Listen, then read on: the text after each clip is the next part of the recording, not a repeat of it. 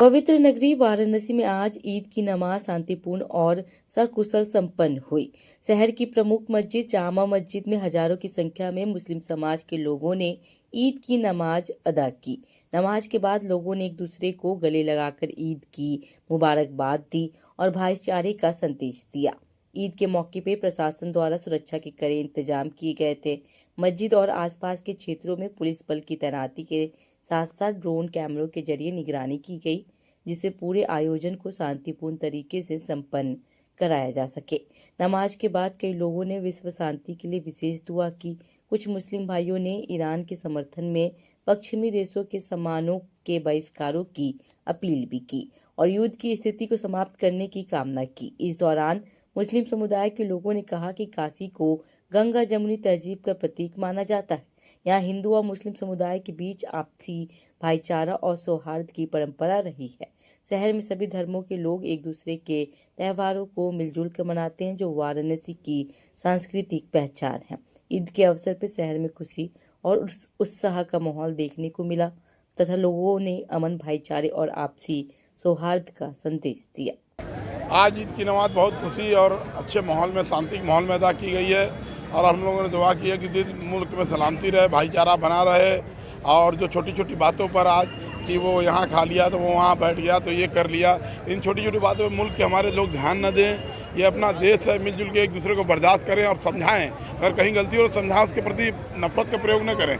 समझाएं, छोटा भाई समझ के समझाएं, अपना बेटा समझ के, बड़ा भाई समझ के समझाएं और लोग पूरा देश मिल के रहे।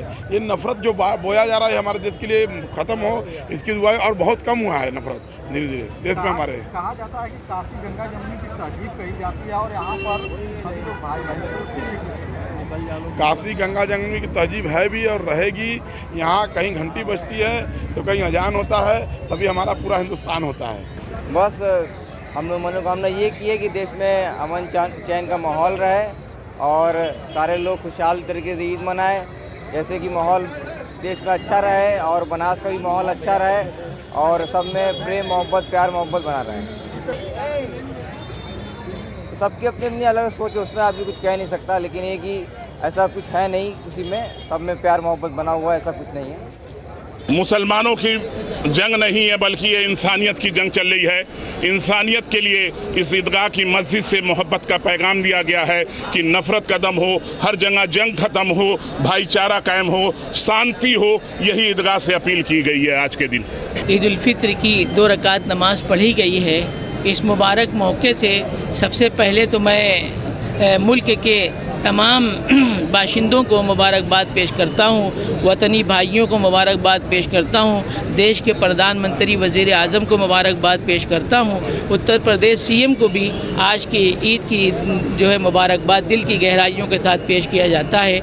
ईद उल फित्र के दिन, आज के दिन पूरे दुनिया के लिए, पूरे आलम के लिए अमन शांति की सबसे पहले दुआ की गई है। जो हालात विश्व के बन रहे हैं, ये गमगीन हालात हैं, जिसकी वजह से जो मुल्क के अंदर भी बेचैनी और उलझन चल रही है। हम ईद के दिन अमन शांति की प्रार्थना और दुआ हमने की है। उम्मीद करते हैं अल्लाह की ज़ात से कि अमन व अमान कायम होगा। युद्ध चल रहा है, उसको भी दुआ की गई। हाँ, उसी के ऊपर दुआ की गई, अमन व अमान के लिए कि मुल्क के अंदर शांति बनी रहे और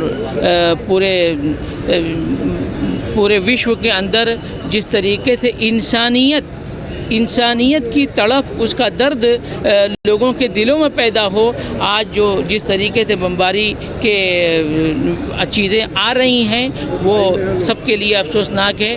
हम ये सोचें, सारे मनुष्य आपस में एक दूसरे के भाई हैं। भाईचारा आलमी सतह पर ज़िंदा होने की ज़रूरत है।